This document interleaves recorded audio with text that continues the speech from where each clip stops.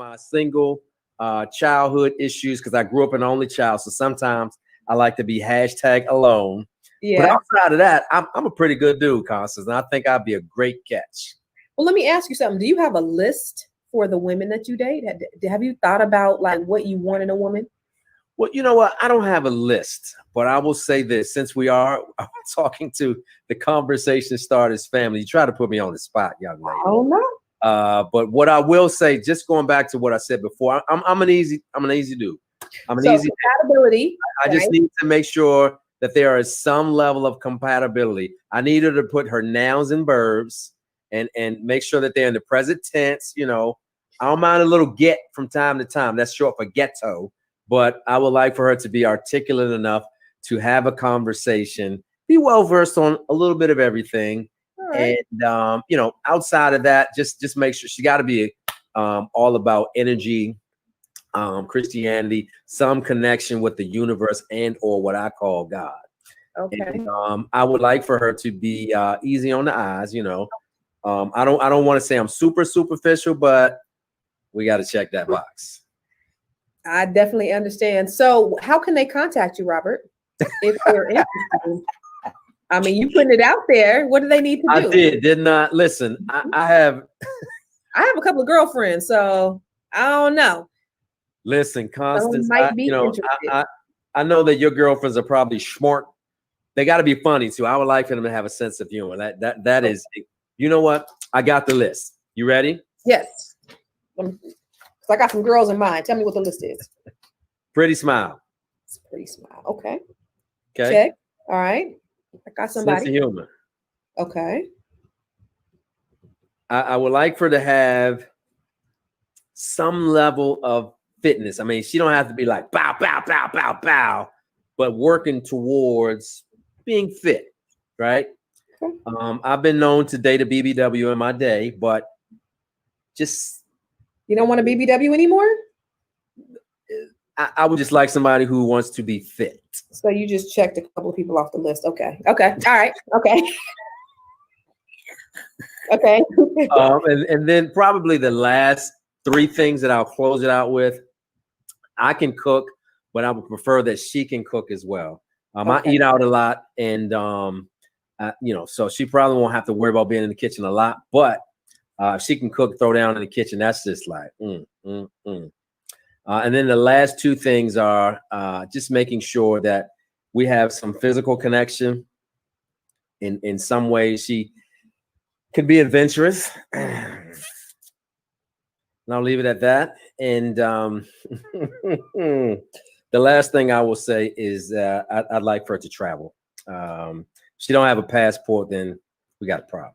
Oh, snap. Okay. So do you want some, because I got girlfriends and I got girlfriends all over the country. Yeah. Does she have to be local?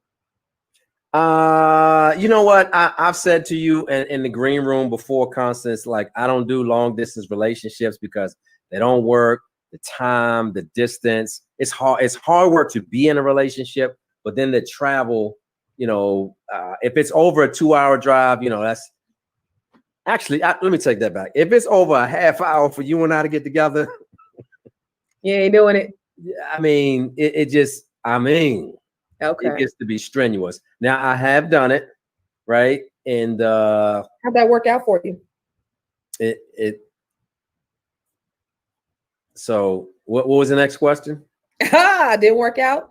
All right. So ladies, my big brother, Mr. Robert Antonin, he is looking for somebody who has a pretty smile, sense of humor.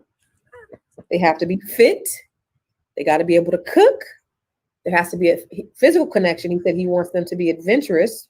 And they have to have a passport. They have to be willing to travel. So if you know anybody who fits these 6 items, go on and holler at them. How do they get in contact with you, Rob? Well, I'm available on all social media platforms. That'd be Facebook, Instagram. And the DMs are blowing up right now. You know what?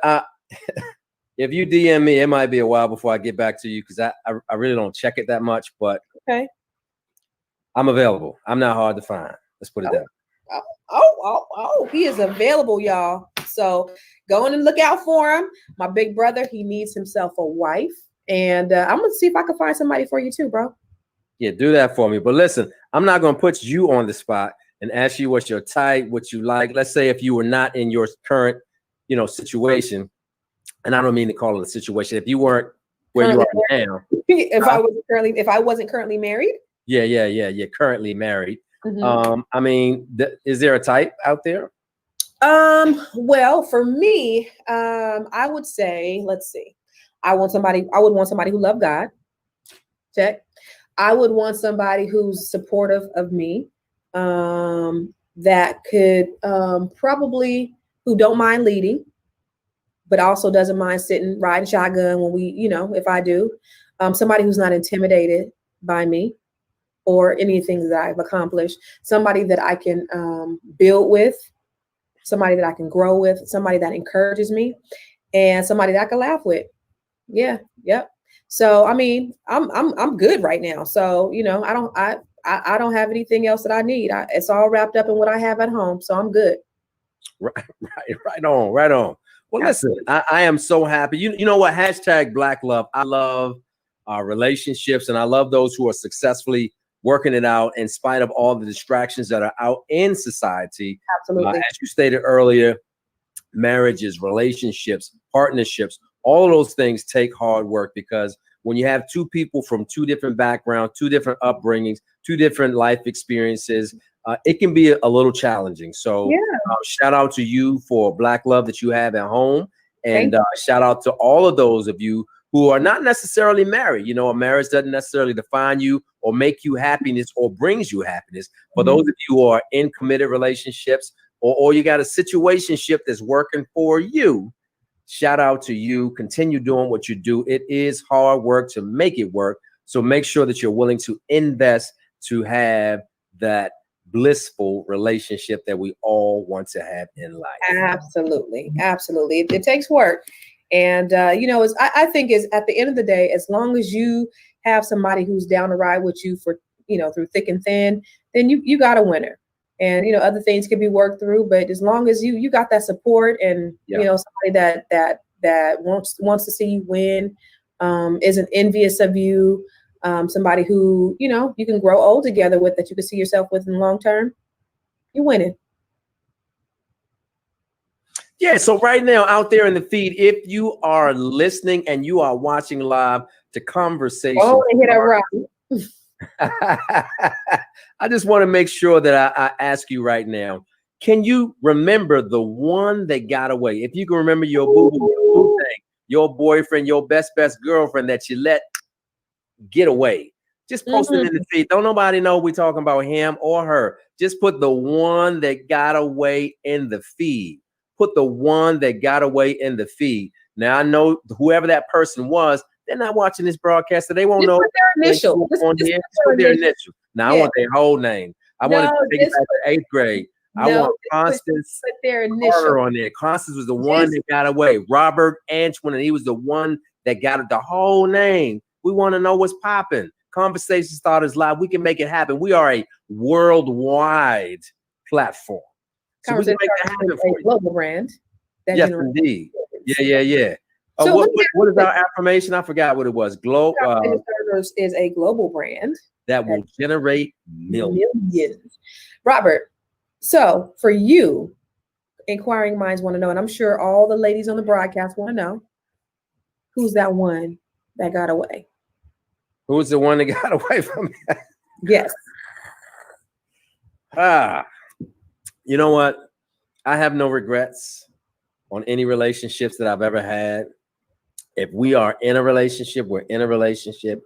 If we are not in a relationship, we are not in a relationship. And for whatever those reasons are, it happened the way that it was supposed to happen. For instance, I was in a relationship with somebody that I really was attracted to, physically, mentally, and it just didn't work. And that person has gone on to marry somebody that they're very, very happy with. And I'm actually cool with the person still to this day. So I celebrate relationships because they are so doggone hard. There are so many variables and things that happen pre-COVID that can be a distraction. And even now with the advent of social media, I mean, we're on a platform. I mean, I got so many guys right now, Constance, who are desperately wanting to know how to get in touch with you. You know, I'm sure you have a gazillion new friend requests, wink, wink, of cats that are probably here on the East Coast that see us together and they want to know how they can get at you. So if it wasn't for COVID, they would probably be making a visit in a local neighborhood near you. I'm taken. So, I mean, you know, I can't really entertain that, but I'm for sure for you, you know, for you, it's, I'm sure you get a lot of friend requests from some folks over here as well. So, you know, where's over there? Friend requests from where? From the West Coast. I know. West side, giving me love like that. West side. I'm sure you are getting plenty of friend requests from the West side. Mm. Yeah, I'm sure you are. And you know what? Absolutely. I know this guy. He's a good guy. He's a good dude. And he's a great catch. And you know, whoever he ends up with, they're gonna have to be besties with me too. I gotta listen to you give me all these compliments because I gotta take them now. Here's the one thing that anybody who's watching needs to know. Although this is a fantastic, fabulous woman, and I don't mind supporting her, shouting her out, giving her kudos because she's all that and a bag of chips. In fact, she is the bomb.com, comma, but she can get on my last nerve. And we fight like cats and dogs, but it's all love, and we brothers and sisters. Yeah. Like I don't even know if it's brothers and sisters. Sometimes we like Crips and Bloods. We just like, I mean, it gets brutal sometimes. Really does. I mean, when it comes to the show and you want a quality, you know, you just want quality. You want a quality show. We kind of have our knockdown drag outs, but at the end of the day, you know, a lot of people comment on our chemistry, and we have really great chemistry online because, you know, we have such a great energy, and I think we're both really passionate about the same things, and we both really want excellence, and that's how that ends up coming out. So yeah, we fight like brothers and sisters, like cats and dogs, like Bloods and Crips, but at the end of the day, we both have the same goal in mind, and I think that's what's important. Well, Constance, we have talked long enough, and we have been talking about relationships and stuff. But we got somebody in the green room that is a show enough good brother, down like 4 flat tires. And I want to make sure that the world is reintroduced to somebody who was a hit maker on the West Side. Best side. Yeah. Everybody knows about Dre and Snoop. But we need to let them know about Mr. Griffin. His mama named him Warren, but y'all know him as Warren G. You like my reverb? Hey, what's going on? That was cool. Mr. Warren G himself. Now, how you doing? Told you I named my son after you. That's all good. Yes, indeed. It's a good name. Named after his daddy. But the funny thing about it is, because since you came out, his name is Warren C, but everybody call him Warren G. Everybody with the name Warren is Warren G. So we can't use his own last name. So yeah. you didn't make the name popular. My kids certainly know who you are. Because we bumped that West Coast stuff in our house because we are in the West. But we're so excited to have you here. What have you been up to? What's been going on with you lately, brother? Just been, you know, at home. Just getting a chance to, you know, spend time with the kids, and been having time to just look at all the things I've been involved in musically. Yeah. And the things that I am involved in business-wise. So just I've been sitting back, just, you know, going through all my stuff, you know, because I got time, because usually I'm on the road, you know, just nonstop. So Warren, doing shows and stuff like that. But Warren, listen, this is constant. It was a little dig she gave to me saying we bump that West Coast here in my house. I'm an East Coast kind of guy, but I'm a music aficionado. So if it's good music, I love it. But listen, let's not forget about those who are tuning in for the very first time. If you're out there in Conversation Starters live feed, please heart it up, like it up. Make sure you say what up to Warren G, because he is in the building. But I want to take it back. I try to tell my kids the best era to ever live in. If you're going to live, and I mean truly YOLO, yeah, you needed to grow up in the 90s. Yes. So I want you to take us back to about 1992 92.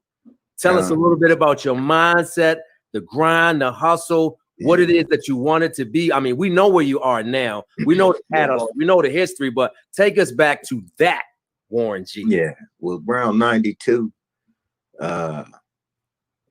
just was my focus was you know, helping Snoop and helping Dre do the Chronic, and we was all working on the Chronic around that time.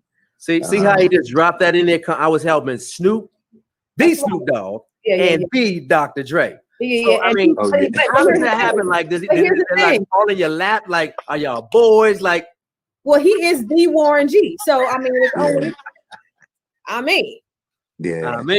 yeah. So we you know, I was doing that, working on the Chronic with Dre and Snoop, and everybody else that was involved in the Chronic, and then just, you know, just kept, you know, getting better and better. And then, you know, as I got older, a little bit older, I, you know, decided to branch off on my own and start, you know, building my own career. I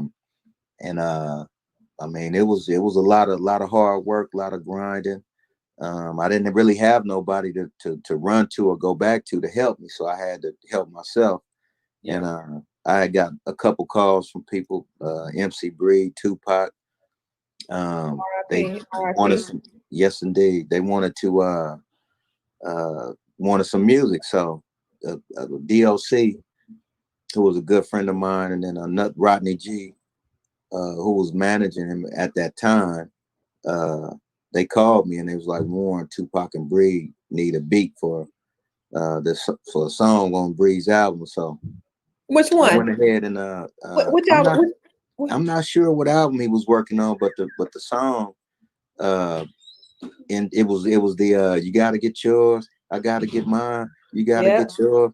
Yeah, that was actually like the first major production I did besides working on the Chronic with Dre and Snoop now. And MC Breed opened that door. So that was like, you know, like I said, I didn't have nothing, so nothing to go to or run to, because I was on my own. Snoop and Dre was doing their thing. And so were you DJing or you were making beats? Like, I was a producer and I rapped. Yeah, and I rapped. So I did that. It became successful for them. And I had made a little bit of change. I didn't have no money, so I you know, it was cool just to make that change. So, you know, another time I was, you know, I kept grinding. So I had went up, seen Snoop, Dre. They was in the studio and they was working on What's My Name. That was that record. And Paul Stewart and John Singleton was in the studio, and they were looking for songs for the Poetic Justice soundtrack. So I was like, man, I got a song. Can I play it for you? So Paul Stewart was like, yeah, that's cool. Let's go to the car. So we went to the car, popped it in. I started playing it. He hit stop, like, stop. Can I take this tape? I said, sure. And but I felt like, you know, I was gonna get another letdown. I was like, damn. That was that song with you and he didn't like it. That was that song with you and Nate Dogg. Yeah. So after he listened to the record, and you know, the record was the name of the record was Endo Smoke. Yeah. And so that Monday I got a call from Paul Stewart, and he was like, Warren, we want this to be our first single on the Poetic Justice soundtrack. So I was like, I'm with that. And did the deal, closed it out. I got a little bit of change again. And that was my first record, actually, that was another professional record that was with me, just me, released on my own, featuring Mr. Graham and Nate Dogg. And that was like the very first time as me being a producer and an artist all in one. And wait, what kind of equipment was you using back then? Was you using that TR-808? No, all I had was my MPC 60, a Crater Records, and my MPC 60, a Crater Records, and my turntable and mixer. Come on, you know what I'm saying?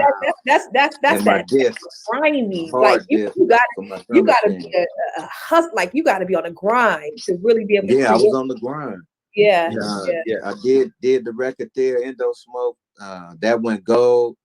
That was a big record. And so Tupac had was a part of that movie. So he was asking, John and them who did Indo Smoke, because he wanted them to do some music for him.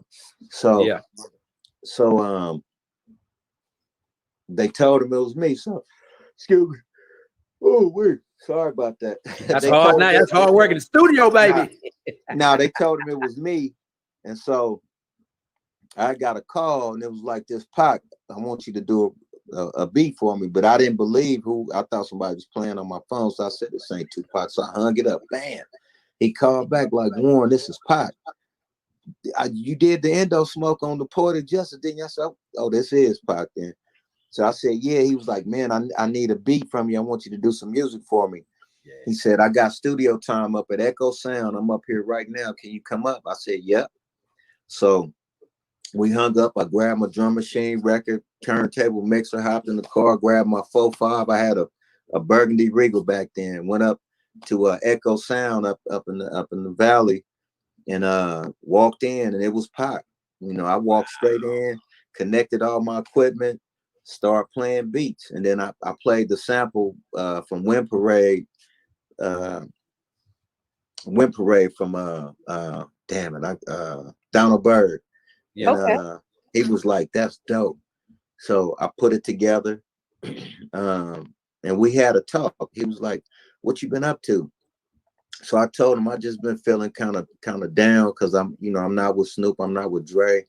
And I'm just feel like I'm just on my own, and I ain't got nobody.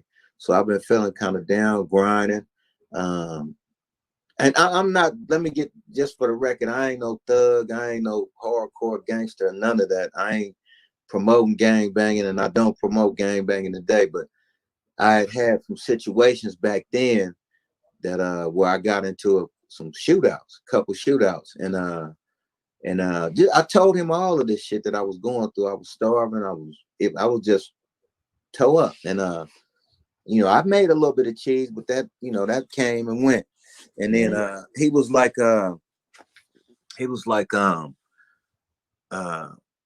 on. So we recorded. I gave the engineer all of the stems and stuff. He put in on the tape.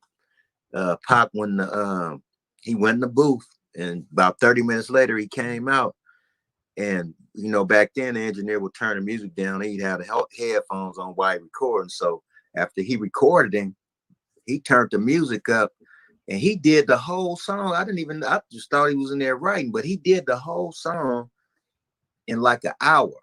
They said he was a legend for that. And I was listening, and I'm listening. I'm like, it's a whole song. This nigga talked about everything we sat down and talked about. He put it in a story form. Wow. And What's then he called it my definition of a thug nigga. Wow. And that was my the first song. Of a thug. That was his first Thug Life song. Even though did he put that on? No, he put it. It was on Port of Justice. It was called My Definition of a Thug. I gotta go. The first Thug Life. I got to go back and check that. Yeah, I got to go back and listen to that. Produced. And right after that, the Thug Life guys came in. Big Psych, Lil Psych, Big Runner, Little Runner, Mac 10. All of them came in there, and it was a bunch of girls in there. That was actually like the first time I hit a blunt, and it was a lot of beautiful women in there, and I'm like, I wasn't used to that, and hey, Warren G, listen. So let me just tell you, you have totally upset the apple cart, because I'm here on the East Coast, and everything that I saw at that time was West Side gangbang. I had watched Ice-T on Colors, and I thought that was just your everyday life, and obviously I was born in it. Yeah, when you're close to it, you got one or two choices. You either get in it, or you kind of skate around it. And you can't skate around it. You can't get around it. You born in it. You just that's all you. I was born. I was around it, and I just never. I chose to do mainly sports and do different programs outside. King Park, Cal State had a program where they used to pick us up take us and feed us breakfast every morning, feed us lunch, then bring us back to the park, and we get another lunch from the park. So I was born in it, and that's how everything formed. I mean, I had my situations where I had to defend myself. Sure. And me being from Long Beach, they automatically gonna say, "Oh, you from 20s or you from Insane?" But I ain't from nowhere. I know both sides. And I've grown up, went to elementary school. Some of the older guys have lived on my street. Everything. I'm original Long Beach, so I don't have to claim 20s or Insane. Yeah. You know what's interesting, Warren? Just listening to you talk. When people form these stereotypes, I mean, even today, we're judged by, you tell somebody where you from and they know your whole resume, but they don't know anything, and it just generalizing and stereotyping the person that you are. But one of the things that I'm listening to you talk about, like in a calm voice, even for me, I'm not starstruck, but you dropped some giants that happen to be in the studio with you, rubbing elbows, Mac 10, Pop giving you a phone call, Dre, Snoop, however the relationship was or wasn't. I mean, did you ever find yourself kind of like, damn, I'm in the studio with so-and-so, or was it too early for them to really have the notoriety and the status that, like y'all OG now? I mean, did you ever get starstruck? I was pretty much used to it because I used to hang around Dre a lot when he was with NWA. So I used to be around all of that. I was like the little bitty kid always trying to hang on and try to go where they go, and they were like, get out of here, get out of here, get out of here. Like I was that kid. And but then once I got older, I got a chance to hang around. I actually did the skit on the 1-900 to Compton skit. That's me on the phone. Where he said the dude in jail. Yeah, that was you. Like, man, get your MF hands off me, man. That's me. I would think I was How like old were you? 16. Oh my gosh. Yeah. So let me ask you a question, because I know that you didn't, just in following you, I know, what type of person that you were, and, just following you over the years. So I understand that, being from the West Side, but I always wanted to know, and I know you've been asked this many times, like, why didn't you follow in Dre and Snoop's footsteps and go to Death Row? Because you went and got a record, a contract with Def Jam. You were able to, so you was hungry grinding, but why didn't you go to Death Row? Did you kind of foresee? Well, no, I mean, they wasn't messing with you. I don't want to cuss. They wasn't fucking with me. They were not rocking with the kid. So you were it was just the management. It just wasn't working, and Dre was like, you just got to get out there and on your own and be your own man. So I took it from there. So that leads me to a question. So I'm a big movie watcher. So one thing I want to tell you, I don't know if you guys ever saw Hustle and Flow, where Terrence Howard's character had to give the guy the tape and Ludacris threw it in the toilet. Anyway, that's a whole other story. But I watched NWA, the movie, right? And there was a huge thing about West Coast versus East Coast. So if you didn't join the row and you went to Def Jams, I mean, at least you didn't go to Bad Boy, but like, was that a thing where people were judging you, questioning you, like where your loyalty lied because you chose an East Coast based outfit? They couldn't do nothing but respect the hustle. I mean, my loyalty lied with Death Row. My loyalty was there, but the same loyalty wasn't the same. Right. Back to me. Right. But I still kept my loyalty, and I still keep my loyalty to Snoop and Dre and everybody that we dealt with. I am loyal to them guys, and they'll tell you that. But they had to respect the hustle. I had to get out and get it because I wasn't gonna get it from nowhere else. So I did what I did as far as Indo Smoke, made that record blow up, which caused all the record companies to be on me. It was every record company in the industry was on me, but I had to think which one of them really do rap, So I looked at all of them, and then I looked at Def Jam like, damn, Crush Groove, Public Enemy, Beastie Boys, LL Cool J, Rick Rubin, Run DMC, the Fat Boys. I thought about all that stuff from Crush Groove, and Classic. Knowing that Russell Simmons wanted to sign me was incredible. So I told all them other companies, kick rocks. I'm going to Def Jam. And I went to Def Jam, and that was like the funnest times I ever had in my life. Like the East Coast opened their arms to me. That's what's still open their arms to me, to right now. And it was incredible, man. The love that they showed me. I went to all of the neighborhoods. I went to all of the boroughs. I did it on my own also. I rented a car and I drove to every borough, jumped out. I even went to that popular shoe store. It was like a closed shoe store in the Bronx. Dr. Jazz or DJs, I think it is. One of those, but I jumped out and I walked in the store. I said, man, I asked the head dude, I said, man, where's KRS-One then from? The South Side Bronx. Where's the project at? Yeah. And so I jumped in the car. He showed me. It wasn't that far from where I was at. So I went and I turned in there where it was, and it wasn't nobody outside. And it was probably like maybe 2, 3 in the afternoon. It wasn't nobody outside. So I said, you know what? We're gonna have to get up out of here because this is too quiet. You wasn't used to that. Nobody outside. You wasn't used to that. So but I had a lot of fun just being able to be around some good people, man. I met some really great people that just showed me a lot of love in New York. The whole East Coast just showed me so much love. Yeah. And out of that came, the saving Def Jam, they were so good to me that I put my heart into creating music that I wanted to create that would last a life, more than a lifetime. Wow.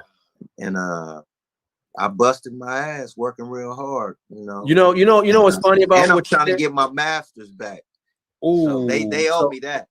Let me say this. Here's one thing that I would tell you that stood out for me. You said you were looking to create a legacy, right? A lot of cats out today, even back then, they were looking to get some paper. No, I wanted people. I wanted people to hear my music, but I also had in my mind I want to do music that's gonna last, not just in and out. Like today, like right now, you hear this dude here next week, boop, he gone. He gone. Yep, you're right about that. Yeah. But with that though, when you signed that deal with Def Jam, like you didn't get your master. So was it a good deal that you signed? It was a good deal. I mean, at the beginning, it wasn't that hot as far as the rates, because I was a first time artist. Yeah. But if I would have came in with my own money and came with the album, to them first, then I could have retained the masters off top. Yeah. But they put up the money that for my budget, and they put up the money for my budget, and I overdid the budget. I sold like 4 million records out the box, which made like over $100 and something million for them. Yeah. You know what I mean? Yeah. So, and it saved the company from what it was going through, because they was going bankrupt and they was falling down. But my record, damn, he said 4 million. Yeah, they made over 100 million, but at the same time, it's like, okay, I did all of this, and I'm older now. My catalog is still cracking hard, and my thing is this, I'm older now, and I'm active still, but I still want to be able to I need my masters back so I can live off my masters now. You guys are living off me for 27 years. Yeah. And I didn't put kids through college, then bought houses, Bentley, everything for a long time. And it's time for me to just get that. If you guys, I did what I did, so y'all owe me that. You know what I'm saying? And Russell documented saying if it wasn't for Warren G, Def Jam wouldn't be here today, and Jay-Z or any of these artists wouldn't be out right now, because Warren G saved what he did. He saved Def Jam. And, Def Jam, yeah, and that helped our company continue to grow, and it's then grown into one of the biggest powerhouses in the world as far as record companies. Yeah.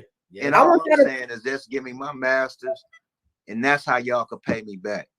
Put that in the comments box. But, I said, put that in the comments box. Warren G saved Def Jam. Warren G saved it's Def documented. Jam. This is my Let everybody documentary. know that Warren G saved Def Jam. We want everybody to know that Warren G saved Def. But I'm curious, it's in Russell's book, Kevin Lyle's book. Yeah, I read Russell's book. So it's only right. They got catalogs there that's doing 50 million times more than mine. Just let me have mine so I can live off mine. Yeah. How do you y'all your can take that these other people's catalog and continue to do what y'all do? Because y'all done cashed them out 50, 20 million. Y'all ain't gave me that. Do you have to buy that back, or how do you go about getting that back? I'm not buying it back. I saved the company. That's a long conversation. If I had to buy it back, they probably would charge. They would try to charge me a lot, but I can't see them trying to charge me when they'd have made over 100 and something, maybe to date, probably 200 million. Have you had a conversation with them? Not yet, but I'm about to have it. Yeah. I've been talking to Russell, and he checking into it for me. Okay. But it's like, I have to get my own counsel too at the same time to get at him. I went to route with Russell because I know Russell gonna go right to him and let him know, because he feel the same way. Yeah, that's only fair. And he probably still getting a check, but he feel the same way. And I told him, I said, well, this is I want this for me to live on, but it's for my kids, so they can live off of it too. When I get old and I can't do nothing no more, and just out of Dodge, then they can take it. They can live off of it and treat it right. And but never let it go. What does that mean though? Like, so you generational wealth. You get a percentage of the royalties from the sales of the album, but you having your masters, what's the difference in how you're compensated? Well, I could license it for film and TV, and I get 100% of the money. Okay. I could for movies. I'm still commercial. I get Regulate still get like over 5 million spins a month through Spotify. Yeah, I have 4 million. I got 4 million plus listeners a month through Spotify. So all that streaming bread would come straight to me. It wouldn't go through this person, that person, that person. You wouldn't get then I get paid. Yeah, I would get it all off top. And that's it. It ain't like I'm asking them for money to audit them, because Regulate has got 235 million streams. Yeah. And it went double platinum again. It's only right. It's only right. It's only right fair. And I ain't asking them. I ain't coming in like I want 50, 20 million. I ain't coming there asking for no money. I'm just asking for my masters. The masters, right? Because that's where the money is. That right there. It may not be bigger than, big, like getting 20, 30 million up like that, but it's cool. It'll build up to that long, Well, Warren, do me a favor. Talk to the little homie that's trying to follow in your footsteps, that wants to get to have their product out. Obviously, the game has changed from how it started back in the 90s. I mean, you can do some indie stuff. It's a little stuff easier now. It is with the internet. Yeah, it's easier. You can push a button and got a new record up ASAP. I got another record I'm about to drop in a couple weeks. Wow. You have a studio at the house? Yeah. Okay. I'm in here right now. I got wires and shit everywhere, but I'm in here right now. It's behind me. I got that's it. But you still producing your own beats? Huh? You still producing your own beats? Yes, indeed. So, but the advice, huh?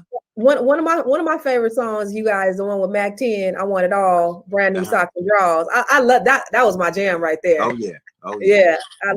Did you produce that one too? I produced that one too. Okay, who's playing bass on that one? Andrew Goucher. Oh, Goucher, Andre. Yeah, that's my guy. Andrew Goucher. Drew. Yeah. Yeah. Oh, Andrew or Andre? Andrew Goucher. Andrew, is okay? So he must be related to Andre Goucher, because Andre Goucher is a bass player. He played like in the church circuit, but he's but it's he say Andrew. Okay, maybe it's Andrew. Maybe I got it wrong. Okay. You been calling this boy Andrew all the time. I be calling him Andre, but he's one. I think he's the best bass player to me in the game. Like he's the one in the world. One of the dopest. Yeah, one of the dopest in the world. Yeah, that good. I'm a bass player, so I'm listening to the bass. He played on my new single, actually. That's him. On my new single, and you know that, yeah. Okay. Yeah. Wow, that's what's up. Oh yeah. So switching gears a little bit, just common current tense. I mean, you told us all about, you know, your experience in Def Jam and how you started out with the homies back on the West Side. I mean, you're making music now, so your mindset is different. So when you sit down and you formulate, put pen to pad, or you put fingertips to keys, like what are you writing about? What is Warren rapping about? What is Warren putting out as far as legacy music that he wants people to hear? I mean, it's just I stay in tune with what's going on. And I always tell younger artists and older artists, you're never too young or too old to make a hit record. Yeah. And I just stay in tune. You know, a lot of the sounds that producers are using today is the sounds that Dre them used way back in the 80s. The 808 drum machine, that's an old drum machine. But here's the one thing I'll say about, but it's old to guys like myself. So using the 808s and what about the hi-hats stuff, that stuff we did way back in the 90s. Check this out though. You remember late 80s. Huh? Drake is credited with the sound where he brought like wind instruments into the music where you know it's almost opera-like, and just to put a key and a riff in there. I mean, is that something that you're looking to do to incorporate more, you know, so it has more layers, or you just trying to keep it simple and get? I just do G-Funk. That's all I do. Wherever it come out, it's G-Funk. I mean, I got records right now that I did 5-6 years ago that Drake could get on that sound like he just did, like it was just done, you know, today, right now, you know. Do you work with a Battle Cat? I ain't worked with Battle Cat in a while, but that's my guy. He's a very dope producer. Yeah, he really got that funk sound too. Yes, indeed. Yes, indeed. He's really dope. Now, so you are a family man. You got, yes, indeed. College age kids. You got a son that is going to USC or he had SC. He football. Yeah. Football scholarship, huh? He's doing well. Yeah. Oh yeah. Okay. He gonna if they have the season this year, they're gonna be calling his name a lot. He been there since he's a junior now. He been playing since he was a freshman.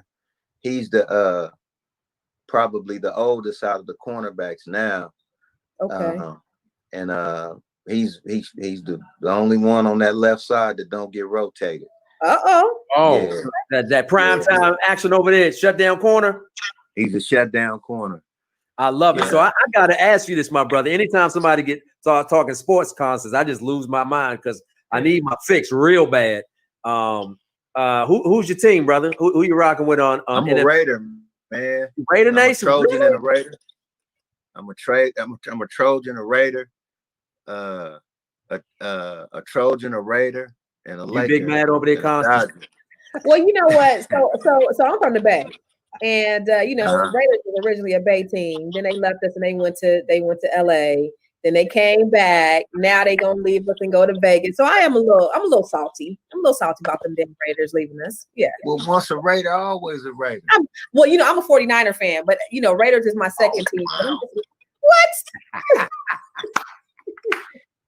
What? Crickets. I mean, that's all good. But when we talking about, and I want to go back to you being a family man. How long have you been with your wife? How long you and your wife been together? We got a 23-year-old, so 23 years. Wow. 17 married. Wow. That's a black love is a beautiful thing. Congratulations on that, brother. That's great. How many kids do you have? 6. That's a lot of love making black family. Yes, I love a big black family. I got 4, but I mean, shoot, I thought you was at 4. You right there with me. Yeah, just about. How old is the age range of the kids? Y'all got me beat. 3-year-old, 21, 17-year-old, 14, 10, and 5. Oh, y'all still having them? Yeah, but I got 5. He in there right now. Y'all gonna have any more? That's it. No more. That's done. Wrap. Rap. I had to do it. I told my husband, I was like, look, you can have as many kids as you want to, not here. I had to shut that thing down after that fourth one. Yeah. Yeah. So Warren, so for you having the notoriety that you do, I know your name is still ringing bells, even on my side of the country. What is it like for your kids? Like, I know there's an adjustment that we can't even begin to imagine, but you being a dad, is it an adjustment period, or that's just my dad, or do the kids want they don't even like they a don't even sleepover look house? at me. Huh? They don't look at me as Warren G, and they don't look at me as Warren G. Period. I be in they butt. I'm daddy. When I'm at home, I'm Warren G. When I hit the road and get on that stage. But when I'm at home, I'm straight. Straight daddy. And the wood. Yeah, because we got to try to instill the morals in them that some of the stuff that we got instilled in us, and I tried to my wife be tripping because she like you being too mean. You have to have. I ain't mean. It's just that if you're not doing something, I mean, if you're doing something that you shouldn't be doing, I'm gonna try to explain it to you, and then if you still don't get it, then I got to tell you, look, this you got to do it like this, or if it's yeah, talk to him like just wash the dishes, take the trash out. Who left this out, or who left this open and sitting out? You know what I mean? You preaching to the choir right now, brother. Got to. Trifling. Yeah, if you don't get on them, they're gonna be up jumping that same percentage of kids out there right now that's on meth, and that's thinking life is a video game, killing. Right. And I try to give them the street knowledge at the same time, but they wasn't raised in the street, so and they haven't experienced like gang banging or being around that element, so it's kind of they don't know. But I talk to them about it, and then they look at different stuff, they see stuff, and I just be I didn't want my kids to grow up like that. You know what I mean? They going through that type of stuff because it wasn't cool hearing the sound of zzz, zzz, zzz. Yeah, I mean, they coming past your head. Yeah, being in the suburbs, and whoever they got shot at, they know what I'm talking about. That's right. Yeah, that's what it sounds like. A zip. They sound just like that, and they don't want that. No. But how many boys do you have, and how many girls? I got 4 boys and 2 girls. Woo! I got 3 boys and 1 girl. Yeah. Now, are any of them following in your footsteps? I got a daughter who she want to DJ, she want to produce, what? She want to play the guitar. So she be doing little things, and she listen to all 90s music. I'm like, how you know about that? She had looked at her thing. I said, what you doing with Ice Cube and all this stuff on you? I was like, girl. And but she really likes a lot of my era and this era and the new school. And she just, to me, is the one. She want to DJ. You buy her DJ? You got her DJ equipment?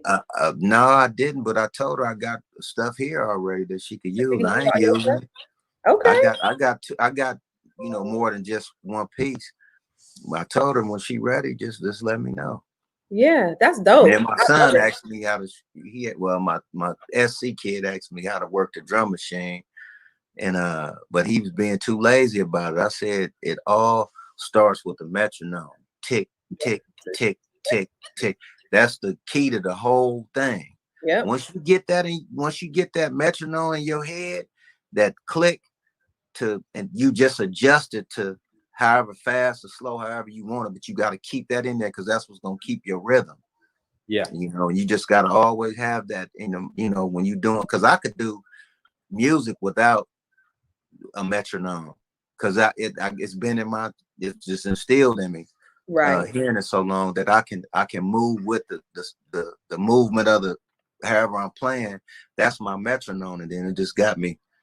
I pretty much had a metronome already in locked. your head. So that's the first thing, and then after that is just showing him how to sample and stuff like that. But he was being lazy, so I said, if you're gonna be lazy, get on YouTube and go learn how to do Fruity Loops, because that's all the young dudes. That's what they use, Fruity Loops. Fruity Loop, yeah. Yeah, I use a lot. And, so Warren, now quick, switching to some social things that are important to our young Black boys and babies out there, because they didn't get to see and experience some of the stuff that you got to see. I mean, what is your conversation like, if they should ever have to deal with law enforcement? Do you have a pre-made speech for them? Have you kind of put them up on game, or is that kind of like, you just really gotta, what I do, like I tell my son, I just said, if you get pulled over, be calm and don't get cop no attitude. Just be calm and talk as calm as possible. And if it, or if it looked like it's one of them situations where they just gonna run up on the side of you, just put both of your hands out the window so they see that you don't have your hand on no gun or nothing in the car. Yeah. And just be calm and give them your license, give them your insurance. And other than that, they ain't got nothing else to say anything about you, anything to you. If you speeding, okay, you got a speed ticket. Sorry, sir, I was speeding, my bad.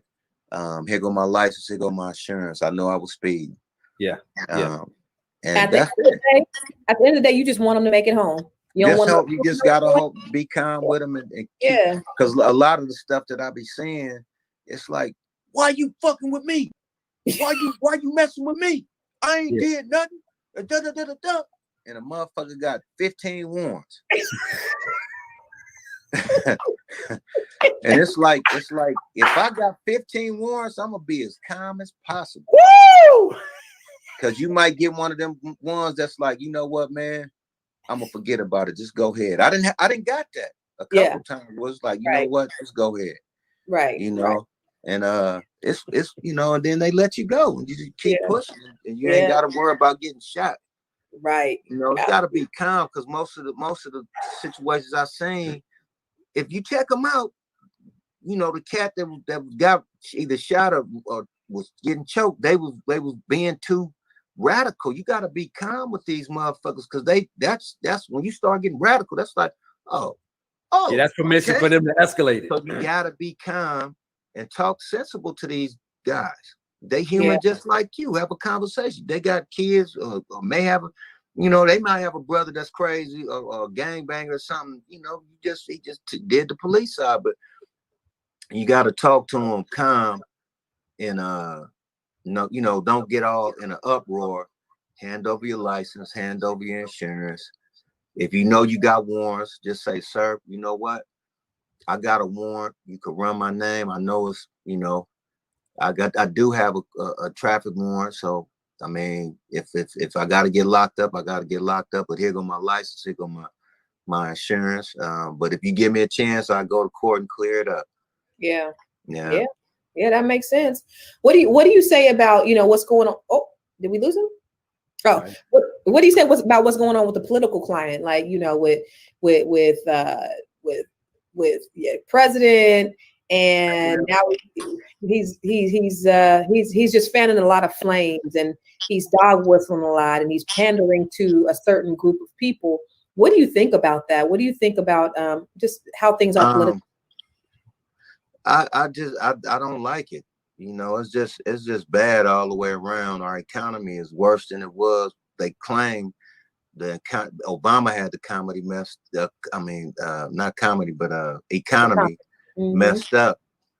But he didn't have this. No, this is crazy. Yeah, and I just don't like it. It's a lot of stuff that don't make sense. Yeah, and things that's being said that's like, that ain't some stuff that a president's supposed to say. Crazy. Like it's just a lot of just off the wall stuff, and we need to get somebody in there. I can't say I hate the dude because I don't know him personally. Yeah, I don't like what he's doing though. I don't like his actions. Yeah, but we need to get somebody in there that's better than him. If they say Biden, that ain't that hot, but I'd rather have him in there than what we're going through right now. Because if he go another term, I think we doomed. For I'm sure. not gonna lie. Yeah, all that we used to listen to back in the day about the the end of the world and the Antichrist and all that stuff. That's exactly kind of like how it looked. It feel like we're in the Twilight Zone for real. Yeah, like and it's just it's like, you know, I mean, like I said, I don't hate the dude because I don't know him, you know, but I don't agree with his actions, and I don't like his actions, and I don't like the you know, like a president saying that if he don't win, it's gonna be riots. Yeah. You know what though? That? Yeah. You saying that, Warren? That's gang banging. Yeah, right. Yeah. But that's some terrorist. That's shit that could put you in jail. Saying that. Treason. That's inciting riots. Yeah. That's right. Yep. Yeah. And let me ask you this real quick. And you don't have to speak on it if you don't want to, but this is Conversation Starters. If you're out there right now and you're listening to Conversation Starters Live, continue to share this out. Make sure you heart it up, like it up, because we have Mr. Regulator himself, the Warren G, West Side's finest, on the radio station, on your viewing tube, on your television, wherever you're watching or listening. We want to make sure that you show us some love. More importantly, make sure that Warren G gets to know that you love him. You don't have to speak on this. I gave you a pregnant pause so you could get prepared for this question. What you think about the whole Yeezy thing? I mean, he publicly making proclamations. He kind of talking out of pocket. Then he's talking about Jesus. Then he running for president. Like, what you think about that? Well, I think he just, you know, I think that since his mom passed, is just like really that's what really like kind of like made him, you know, have some issues. I don't. It's definitely some issues there. It's just digging and finding out what it is and what's, you know, and how to cure it, or fix it some kind of way, or therapy. Medication. Therapy. He ain't a bad dude, you know. I'm a fan, actually. I love Kanye West. I love his music. Sure. I don't give a fuck about him sitting down with Trump. That's not my business. That's his business. I've known that dude when he was in Chicago I think it was the South Side somewhere. It was down deep in the hood where he had the studio. It was upstairs, and he had the stairs went all the way up, and all the way up them stairs was records, all the way up to the top to the control room. So I've known him a long time, and he's always been a good dude. And I don't know if it's just having so much money but I really think it's losing your mom. Losing his mom was probably what kind of made him start having some issues, because that's some serious shit. You know, I lost my mom. I'm not over that. You know, but you have to say to yourself that this is what we got to go through. You know, I still got my dad. You know, I think about him every day, all day. I wake up out my sleep thinking about my dad. I don't tell him that, but it's always he's always on my mind, because that's all beautiful. I got. You know what I mean? And so I understand that, you know, losing a mom can really put you in a bad place if you don't say to yourself mentally that I have to understand that this is life. This is what I got to go through, and it's going to hurt. You know, it's going to hurt forever, but I just got to deal with it. And I got to understand that, you know, that this is life. This is what this is what it is. And if he can get back to understanding that, I think he'll be all right. You know, I ain't got nothing bad to say about him. Sure. He's a great businessman. He got some beautiful kids. And they just got to get to the bottom of it. You know, whoever he looks up to, and whoever's got his back, his like his wife, they just got to, you know, not put it all out in the public, and just go behind the scenes, just them, and get him straight, you know, with off the record, without the paparazzi involved. So you know, and I think once that happened, I think he'll be okay. Well, I agree with you. You know, losing your mom, it could be definitely tragic. And then if you already have underlying mental health issues, then that could really exacerbate whatever's going on. So they're definitely therapy, you know, medication, all that stuff. But your boy Snoop, I've never known him to have no mental issues. I don't know where that came from. But your boy Snoop said it's because he need a black woman in his life. I mean, he said that's just part of his job. I don't know. I think he just gotta, whoever got his back gotta just pull him to the side, just have a real powwow with him and nourish him. Yeah. And just, get him out the way, for a while and get him right, Yeah. Speaking of which, though, Corrupt. Have you been watching that Marriage Boot Camp? Yeah. What do you think about him and what's going on with him? I mean, we talk every now and then. We haven't talked in a while. Yeah. But I've always been on him about the drinking as far as that. When we was on the road together, I used to tell him, like, you got to slow down, Corrupt. Yeah. I drink beer now. Don't get me wrong. I drink. Right. But it's mainly beer. I drink hard liquor every now and then. I just got to keep pushing. We all got to keep pushing because we've done, like, I done cried everything. And we've put him in the programs and he just come out of them. We kept doing this and doing that, and then he just comes out of it because he feel that he don't need to be in a program. Yeah. But being on the outside looking in as his friend and brother, it's like, you got to get in the program because you killing yourself like bad. And we still trying to push it on him. But he, at the end of the day, it's nothing we could do when he's constantly just leaving the programs, or if you got me, you got Snoop, and you got Dre, and you got every major guys pushing for you to get yourself together, and it don't work. That's crazy. That's a trip. But he gotta think of it like this. Everything gonna get better.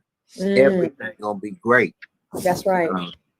If you just get in there and get it over with, after you come out, just smoke weed. You ain't gotta drink. That's all. Yeah. Yeah. And, but hopefully we can get him together before it's too late.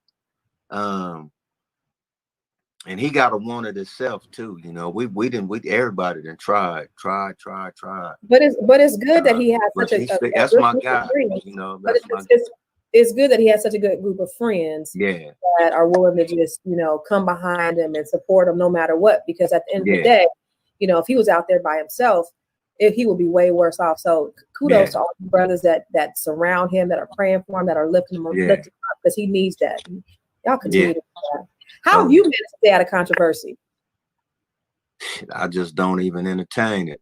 I hear that. Not saying that I won't get off in somebody's ass, because I will, but I just don't look for it. I don't if somebody say something about me on the internet, this, that, and this, I get at them and just tell them, we could have a conversation off the record without the internet.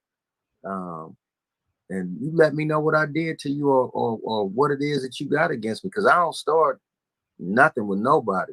Yeah. And for somebody say that I did something or just lashing out at me, I just tell them, you know what, if that's how you feel, you just want to lash out at me, we can meet up.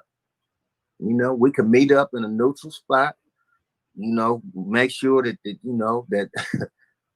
I'll make sure my folks ain't we can fill in the blanks from there, my brother. You make sure your folks ain't tripping, and we can get it on. Yeah. I tell all of them that, and they already know. A lot of dudes know. I didn't. These is vicious. They know it already, because I didn't knocked out. I ain't bragging, but I didn't had a lot of them. He said, I ain't a killer, but don't push me. That's why they don't really mess with me like that. Plus, I'm a cool dude. I stay humble. I don't get in nobody's business. That ain't mine. I don't get in it. I don't lash out at people, or like the Stallion, her getting shot in her feet, and then she started crying and shit. Then she started crying about her mother. I wanted to hit her like, sis, keep your head up, because I know exactly how you feel. Yeah. As far as losing your mom, and you ain't got your dad either. I know how that feels to lose a parent. So I felt really bad for her, and I wanted to say something so she understand that you ain't the only one that been through that. I have too. So it's, I'm older, but I went through that at a very young age, younger than her. Oh. You know, when I lost my mom to cancer, and man, that's some serious stuff to go to. I was in my 20s, early 20s. Mm. And that ain't no joke. Yeah. But I'm with you. Well, listen, Warren G. Wait, before you do that, I want to ask him about his Sniffing Griffin barbecue sauce. Hey, it's bite through, not fight through. Now, I got my own sauces and rubs, and that's another thing that I will push out to the younger artists. Create other streams of income outside of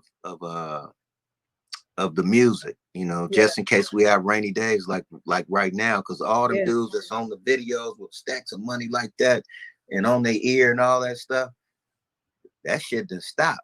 Ain't no shows. Because ain't no show, because you ain't getting like, the what same. are you gonna do now? You got bills. You gotta pay that mortgage on that Ferrari. Right. Yeah. You gotta pay this mortgage, that mortgage. You gotta have other streams of income.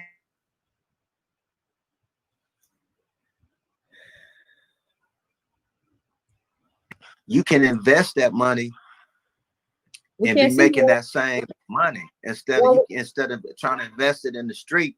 You can invest that same stack that you showing into real estate and make triple, quadruple. Yeah. Warren, we can't see you. Huh? I don't know why. Somebody had tried to call my phone. Go back on the StreamYard. Can you go back on? So let's see. Let me pull them back in the stream.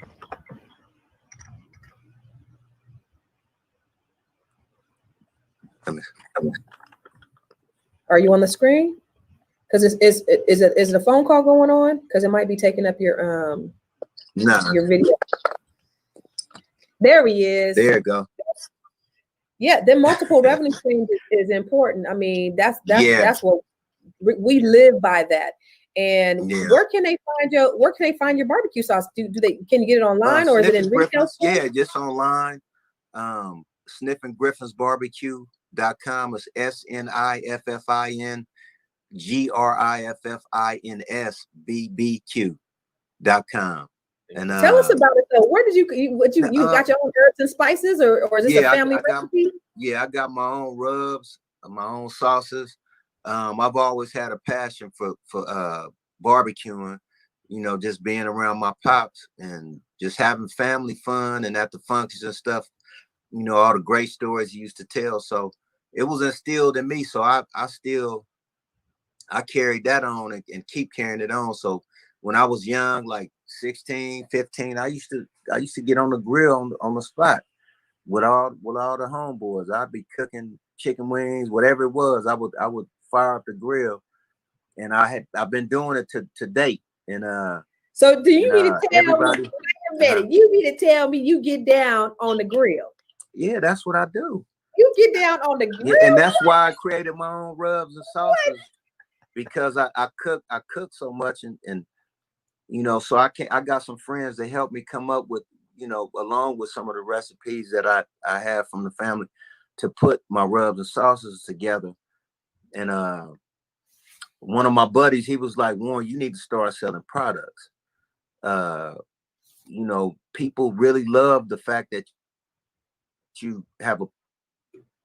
Oh man, Warren. Okay, yeah. You on?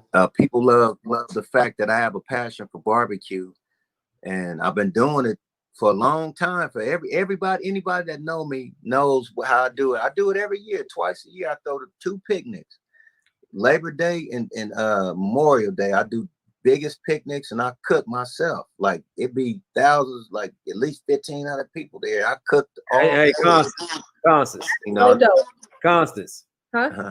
Did you hear Warren G just extend the invitation about Labor Day. bragging on his Labor Day cookout? We got to see about this one because of that COVID. Temecula, listen, we will bring our masks, okay? We coming through to the barbecue, and we're going to bring our masks. Borderline San Diego. Yeah, I know where Temecula is. Yeah. I'm going to be up in Temecula. I'm going to bring my mask, and I'm going to eat some of that barbecue. We ain't going to come empty-handed either. Yeah. And you do know that. Chef. You get down in the kitchen too, or is it just on the grill? I ain't super duper good in the kitchen. I made some curry chicken last night that my kids tore. It was off the chain. I did it straight Jamaican style too. Hold on. And I just bought me some hold on. What kind? Which did you use? Dark meat or white meat? What I did was I went healthy. I had the chopped chicken breast. I didn't go with the drumsticks and the thighs. Always use the dark meat for the curry chicken, man. Yeah, I wanted to go that route, but I had to go my cholesterol, so I had to go straight chicken breast. I can dig it.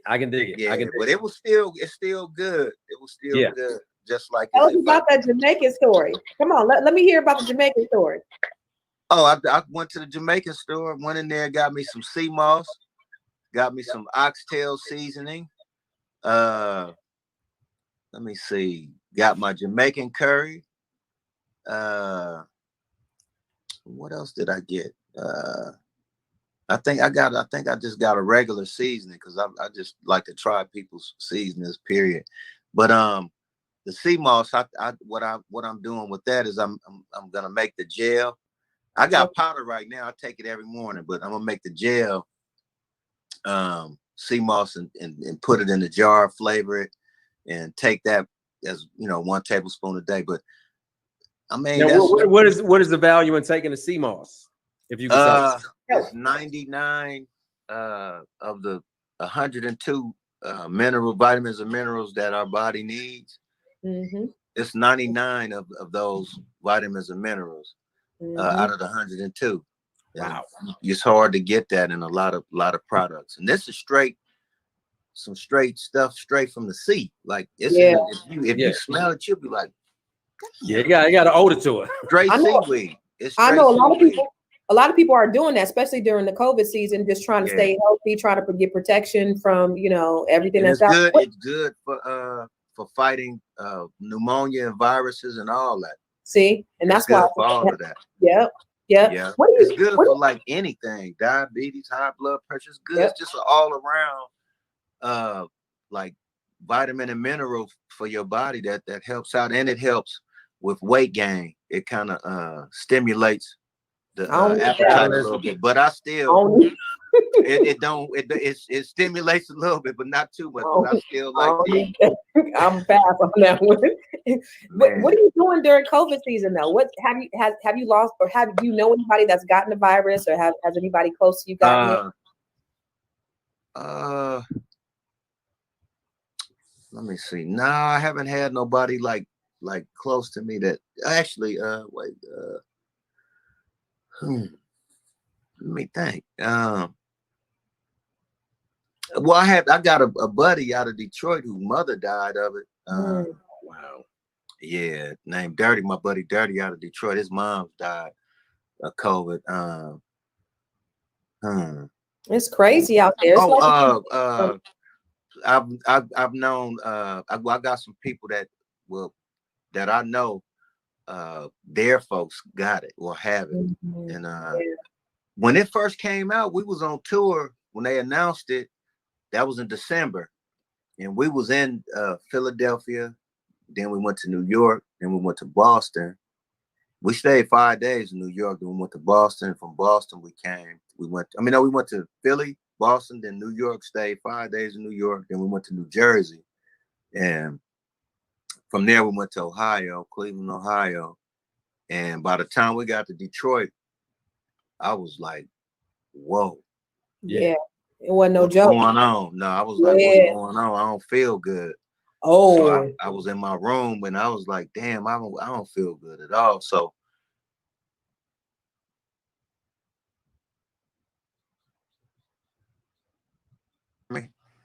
yeah, y'all hear me? Yeah. I took a shower. Laid down in the bed before my pickup time. Got up. I still felt bad. I was like, damn, I feel terrible. So I got in the car. I had to suck it up. Got to the stadium. I was just like, you know what? I got to figure this out because I really don't. Along with the Kobe shit that happened. Yeah. So I was totally just my heart was broke. I was feeling bad at the same time with that. So I said, I got to do something. So I blazed one, hit a couple shots. So it kind of put a little bit of energy back in me just to do the show. Did the show, came backstage. My buddies was there from Indianapolis. My Detroit buddies was there. And they was like, man, Warren, let's so I sat down with Blaze. So I was like, Warren, let's link up afterwards. So I was like, all right, let me go to the room first. And then I'm gonna call you. I got to the room and I was man down. I couldn't even get up, but I had to get up because I had to leave at like 4:30 that next morning. Because I said, I'm not flying on the plane, I'm taking the train. Oh, Snoop flew to Miami. He flew to Florida. I usually fly with him on the private, but he was going to Florida and I was trying to get home because it was Christmas time. And that was the last show. He had some other engagements that he had to do. And so I took the train. I got up, went to the train station. I called my wife, like, what is that you get from Starbucks? She said, a medicine ball. Got that. Me and my buddy, he took me to the station. We sitting there and I drank the medicine ball, made me feel totally better. Blazed one. I hopped on the train, got to Chicago, had a layover, bought me some emergencies, and I just kept popping them. And we got to Albuquerque, New Mexico. I got off the train, walked to the store, and then on my way coming back, it felt like my chest was like I had something sitting on my chest. So I got into the train and I called home and I was like, I don't like the way this feels. I don't know if I got pneumonia or something. I don't know what's going on. But I kept popping the emergencies. When I got home, I told my wife I didn't want to kiss her because I didn't want her to get sick. And when I got back, I was feeling bad for about the next maybe 2 weeks after that. Not too bad, and I started drinking my sea moss. I didn't have it on the road. I had it at home, so I started drinking my sea moss. Then my kids got sick. They had I did too. I had a coughing attack. Like that was like bad. Coughing attack. My kids had coughing attacks. My wife had got sick, coughing and stuff. And it was just, and 2 of my kids, they didn't, well, every one of my kids except for 2 of my kids was coughing and stuff, like it got a little sick. And I was like, I think that might have been that back then. Yeah. And then a couple months after that is when they start talking about how I was in New York, how I was here, how I was there. And I'm like, damn, I was in all that shit. All them places. I know a lot of people who was that same sick around November, December time. Yeah. But now it's like, I think I had that. Yeah. I was messed up. I felt bad. Like how you catch a cold and you take the antibiotics for the first time and it break your system down. That bad feeling you be feeling. That's exactly how I was feeling when I had took nothing. Why would you choose to take a train home instead of a plane? That seems like I took the train because I didn't want to get on the plane because that's what they were saying. It was spreading through the plane. Oh, okay. But I didn't. But the train has got recycled air too. Yeah, all of them do. All of it. And all you do is prolong the suffering. Man, but it was brutal. But I don't know about it. Yeah, I would never get sick. Yeah. Well, brother, I'm glad that you made it through because I mean, you certainly are a talent that we want you to be around for a long time. I don't. That was way back then. You know, if I did have it back then, I ain't got it now. Shit, that was 5, but 6 you know what? Ago, maybe 7. How much are you going on tour in a regular season, a regular non-COVID season? Are you touring a lot? Have you been touring nonstop? We be gone every weekend. We'll leave probably on a Wednesday and won't get back home till maybe like Monday or Tuesday. Sometimes we leave and we be gone for not coming back. We go stay on the road for about 2.5, 3 weeks. Yeah. We come back and then we may be home for a day, 2 days, then take off again. We back on the road. So Warren, what you playing like big venues, like intimate joints? Yeah. It be like 30,000, 50,000. It be big venues. It ain't no little stuff. No. I dig. It ain't no little stuff. Everything we do is arenas. But with that though, are you happy to be home, or how are you feeling about being home right now? Yeah, I'm happy because it gives me a chance to sit really back and look at all my stuff. Like now, you see, I'm talking about my masters. Got it. I'm thinking about it, and I've looked, and I'm looking at Spotify. I'm looking at all this stuff. I'm like, I'm still my shit cracking. Yeah, I'm getting all my goddamn money. Yeah, it gives you time to really assess, take care of business right now since you're home. So I had to, and I don't have a publishing deal, and that's another reason why I'm not seeing what I'm supposed to see. Because, and I own my publishing catalog. A lot of artists don't own their publishing catalog. I know. I say about 98% of them do. Maybe 99%. 98% of them don't. 98 to 99% of them don't. But I am willing to do an admin deal where they just go collect and I give them 3 to 5%. Okay, that's cool. I'm down with that. Yeah. But I don't want no money from you. Just go get my shit. And I'm gonna pay you to go get it. Because what these companies do is they offer you. I got a big offer just not too long ago, a nice size offer for my publishing. I was like, no. Because if that's what they offer, can you imagine what's really, really, really now, worth? if they say 10 million or something like that, then I might have to say, you know what? I can maneuver that right there. I can turn that 10 into 100. Yeah. What do you I think turn about, that 10 into 200. Right? That's right. Look that. But what do you think about how today's radio is, being that it's streaming and you're not selling CDs no more, so you're not getting paid as much, but you have to be out on the road. How do you feel about that? I think that I like the streaming system. I think it's really dope, and it's a good way for artists to make their money. The only problem I have is that I think they need to up it a little bit, because that's kind of like embarrassing for an artist, like a known artist, which like me, they'll call a superstar, should be getting at least 50 cents at least. Today a stream is only worth 0.08 cents. You lying? Check it out. Yeah, because we not paying. And it ain't nobody speaking on that. Yeah, we not. But I like I said, it's a really dope way for artists to make their money, and I'm glad for streaming. But it's just got to be. Now for a new artist, okay, but for established artists, it should be different rates. Right. I done sold 10 million records plus.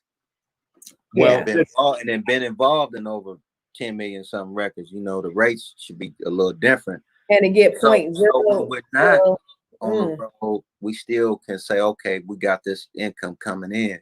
Right. But it take for you to do. You got to do 100 million streams to try to make some good money. Yeah. And on that 100 million, 200 million streams to make some cool change. Yeah. Well, Warren, at the end, that my single that I just dropped, it's already at 1 million streams. I just dropped that 3 weeks ago. So I know it's already at 1 million streams. Yeah, the momentum is building really, really, really good. Congratulations. Thanks. But I really think that it's out of respect for artists that some of those rates have changed, and I think that like I said, I respect the streamers, because that's a great way for us to make cheating. Right. And it's easy way. And it's easy. And if somebody likes you and they play your record, you're gonna get paid. But you ain't gotta press the record, distribute it, and all that stuff. A little bit more for established artists, superstar artists, I say. Right. And then once you pass a certain level, then the rates change. Right. Yeah. I told there ain't shit for me. Unless you go 100 million streams, you good. Yeah. Yeah, that's Gucci. Well, listen, Constance, I don't know how far we want to go off the reservation with this, because we have definitely lost it. Once again, my friends, you are listening live to Conversation Starters Live, along with the lovely Constance Carter. And I am Robert Antoinette, and we have had so much fun with the G-Funk master himself, Mr. Regulate. We lost him for a quick second, but with all these technical difficulties, I know that Constance can pull him back in real quick. Can you get him? Well, listen, we got on different clothes. What happened? I don't know. That's the magic of internet, IGTV. You know what I'm saying? It was like blah. And now we back. All right. Well, let's bring him back in. There he is. How you doing, Mr. Warren? J. I told you my son is named after you. It's all good. Yes. Yeah. Yeah, so we're gonna stop playing games with him. We're gonna go right at his neck because we're gonna put him on the Conversation Starters live couch. And we heard about his family, the new music that he has coming out. Make sure that you go out and check out my man Warren G, Spotify, iTunes, wherever you're getting your music from. Make sure you support a brother. Put him on blast and make sure you bump him in your Jeeps while we have some summertime still left. But while we got him right now, Constance, we're going to get him what I really want to know. These are not the questions that you're going to get when you go to any other show. All right. When you come here, you're going to have to answer. All right. You ready? Let's go. You want me to go? Because I'll go first. I'll go first. All right, Warren. So let me ask you a question. If you had to wake up as the opposite sex, what would be the first thing that you did? Shit. I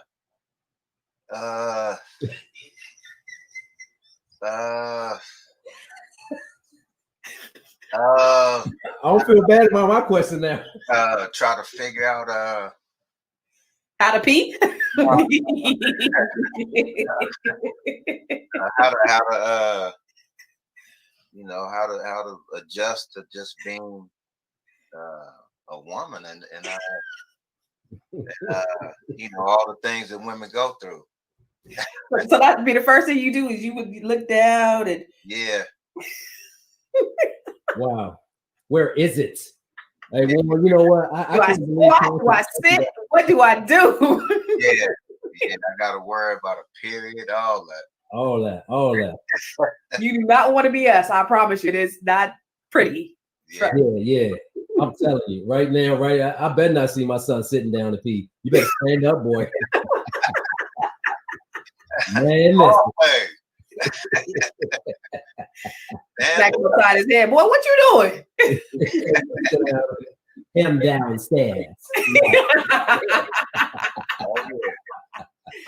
All right. Okay. All right. Well, Warren G, we grew up in the same era, just about. So this is before the missus. No disrespect to family because we already know that you're a family man. But when you were single and you made it to New York and you hung out there for a long, long time, who would you say was more in your daydreams? Foxy Brown or the ill Nana? Who is more likely to be in your daydreams? Foxy Brown is the ill Nana. Yeah. I'm sorry. You know what I'm trying to say. I'm trying to say Lil' Kim. Oh, okay. Queen B, my bad. Queen B or the ill Nana. Well, you know who will be in my daydream. I done said the girl name 3-4 times. Right, ill Nana? Ill Nana or Queen B? Nah. Queen B. Queen B. Okay, Queen B. Queen B today. Huh? I say, is that before or after the surgery? Because she look a little different now. Before. Yeah. My man, she was so cute. Kim Jones. Good God Almighty.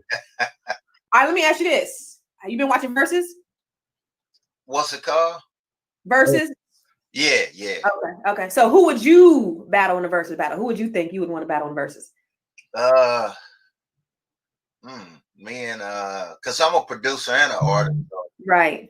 Jermaine Dupri. Okay. Because he does the same thing I do. Whoa, that would be crazy. That would be dope.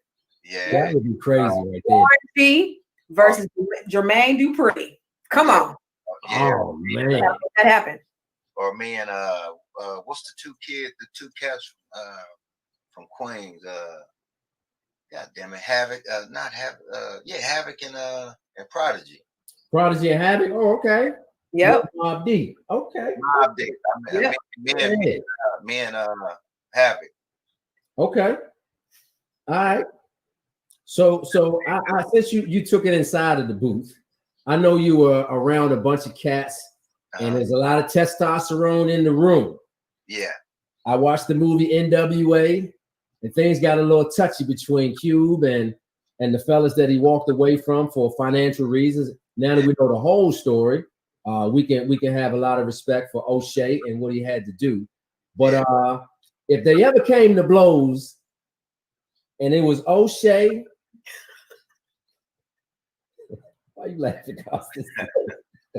I'm waiting for this one. Go ahead. If you had to choose between O'Shea and Ren squabbling, head up, no guns, no knives, just with the hands. Ice Cube and MC Ren, huh?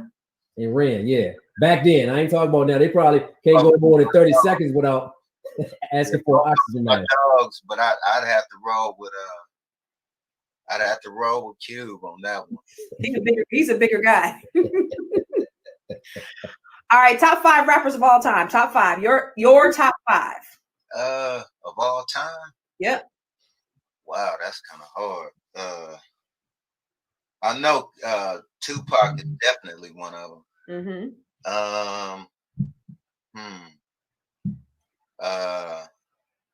I'd say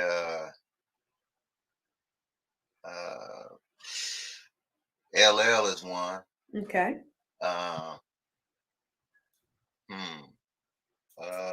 Rappers of all time. Let me see. Look at him trying to be all politically correct, Constance. Yeah, I know he got 5. I know he know. You ain't got to worry about who feelings you gonna hurt. We ain't gonna tell nobody. I dig it. Can I add a group also? Yep. Sure. Let me see. All time. Yep. Your favorite. I got a match with NWA. All right. Let me see. How many is that so far? 3. Three. LL, NWA. I'd have to roll with Curtis Blow. Okay. Okay. That's number 4. And dog, I know I'm tripping. I'm forgetting somebody, but I mean, all of them is my all time. No, we don't let y'all. This is the Conversation Starters live.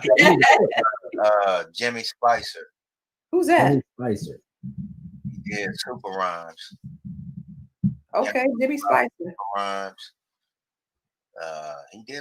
He was like, that's where I kind of got my style from.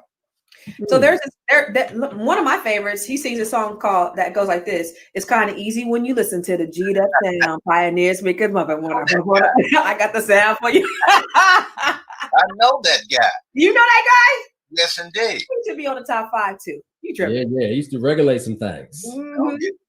Absolutely. I'm on my top. I mean, I'm just, outside of myself. Okay, outside of yourself. You number 1, right? Oh yeah. On the Mount Rushmore of rap. That's what's up. All right, well, here's my last question, brother. So if me and the missus were to get together and plan the perfect birthday party, because we heard that you had some bangers twice a year. I ain't forgot my invite for Labor Day. Memorial Day. Yeah. So if we were to have one female R&B artist to perform for your birthday, who would it be? Just one. Anita Baker. That's what's up. I love it. Boy. Good choice. Anita Baker. Good choice. She got bars. Yeah. This he the truth. Yeah. All right, my last one. Here go my last one. The most wildest thing, you don't have to have said, you don't have to have participated, but the wildest thing that you've ever seen on tour. I'm not saying you participated. Nah, I dig it. The wildest thing I seen on tour, we was on tour. It was a dude that was selling weed. Okay. Backstage, and the feds that came and was chasing him. So what he did was he came by our bus and he threw the pounds of bud on our bus, and he kept it pushing. So we on the bus, we like, the fuck? Grabbed that shit and opened it up and seen all this weed and was like, fuck that. So he come back and get it. And my homeboy was like, no, nigga, that's a loss. You ain't getting nothing. And but he was a friend of one of our friends that was security on the tour. Oh my God. And so we gave him some back. But we gave him some. He didn't get called it. That was man, how that work? Y'all some cold pieces. That y'all cold.